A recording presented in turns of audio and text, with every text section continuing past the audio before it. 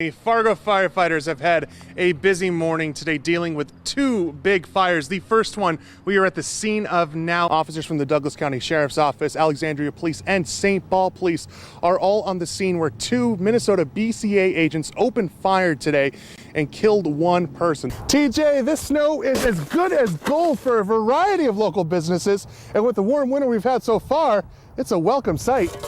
What we do know is that around 7 p.m., a man walked into the Southeast Human Service Center building, flashed a handgun, and told employees to get out of the building. The building was evacuated. Officers showed up, and the man has been barricaded in a room in that building ever since. We're just sitting here kind of floating backwards down the Red River like you do on a Wednesday morning. Naram designed the Babbitt so that even a novice like me could pick one up and learn a couple tricks right away. You're pretty special, aren't you?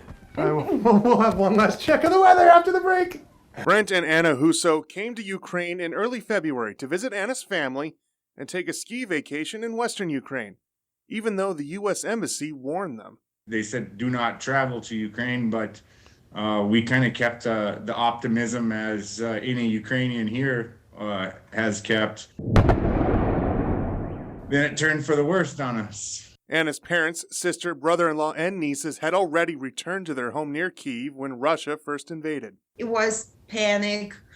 And I, of course, called my parents, trying to ask them to get out of there as soon as they can. But it was already too late because it was constant bombing in Kyiv. Her family spent a week at a cottage in a village just outside Kyiv, listening to bombs drop nearby every day. After 7 days, they were able to board a packed evacuation train, but Anna's brother-in-law, Sergei, could not come. He stayed back to take care of his ailing mother and to join the fight. The kids, what they remember the last about their dad is he was crying at the train station and giving them thumbs up. And yes, and the next day we found out that he passed away. The victim of a heart attack, a victim of war. No one could go back to attend the funeral just because traveling across the whole Ukraine right now it's basically a suicide. The rest of her family made it to the village Brent and Anna are staying in. They are safe for now. No shooting or bombing within earshot. But that doesn't mean life is easy. There's a lot more military activity going on, a lot more strict kind of martial law ordinances we have to abide by. Our local markets, they run out very fast with supplies. They say the village they're in is on edge, despite being removed from direct conflict. Everyone looks at you as if you're a saboteur. The Husos had a plan to flee to neighboring Slovakia, but then Anna's mother, Olga, fell ill. She was hospitalized with chest pains, keeping everyone in the war-torn country. The right thing for us to do is still to make sure the well-being of our family is taken care of. They hope to be able to leave the country once Olga feels better. Their ultimate goal is to relocate the family to North Dakota, but they haven't had much luck. We keep on getting this runaround where, you know, here's the link to the United States immigration process, and it's like, well, yeah, we know how this process works, and it's not helpful during this time. We need immediate assistance, not a 2-year process. Flag flying season. What do you see when the flag flies? Is it more than cloth waving in the breeze? For this family, the meaning runs deeper. There's a reason that flag is there. Each flag is a person. My father-in-law's flag, my wife's flag. A story. He was in the 82nd Airborne. Of sacrifice for our freedom. He was in the same prison camp at the same time as the Great Escape.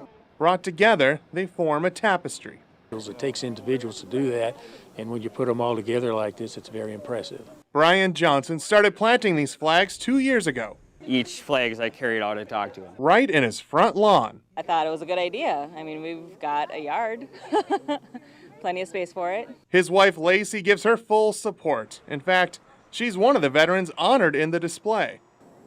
It likes you. Yeah. It's mine, so. The whole idea started as a family affair, following the footsteps of Brian's great uncle, Perry Sheldon. He's passionate. Runs in the family. A veteran himself, he helped start the Veterans Flag Walk in Fergus Falls. In Moorhead, Perry's flag is number 1. But I start with the last one, work my way back. Perry's is always the last one to go on the ground and the last one up at night. Each flag honors a veteran with a sticker detailing their service. Most of it's family. There's some close friends, neighbors. On this day, a family reunion is in town. A lot of these veterans, like Perry's son, are seeing these flags for the first time. Honoring my father was very impressive. Mine is just a flag, but Dad's something else. The Moorhead Veterans Memorial Walk of Flags has grown from just 6 to 25 in only 2 years, but Johnson's grand vision is a whole lot bigger. We need a place to do it. It needs to be a permanent spot. We'll always have these flags in our yard, but I would love to see it where more people can see it. A dream to honor everyone who served with a public memorial. I would like to see a walk that is for the entire Red River Valley. The Fergus Falls Flag Walk has 1,800 flags. I want to one-up them and make it more. To turn these flags into a symbol of pride for anyone who sees them. Save a piece of history with each name. And the pride his military family has in him. Very moving. What he did, I think, is wonderful. He has a lot of respect for veterans, and he shows it just by what he's done here.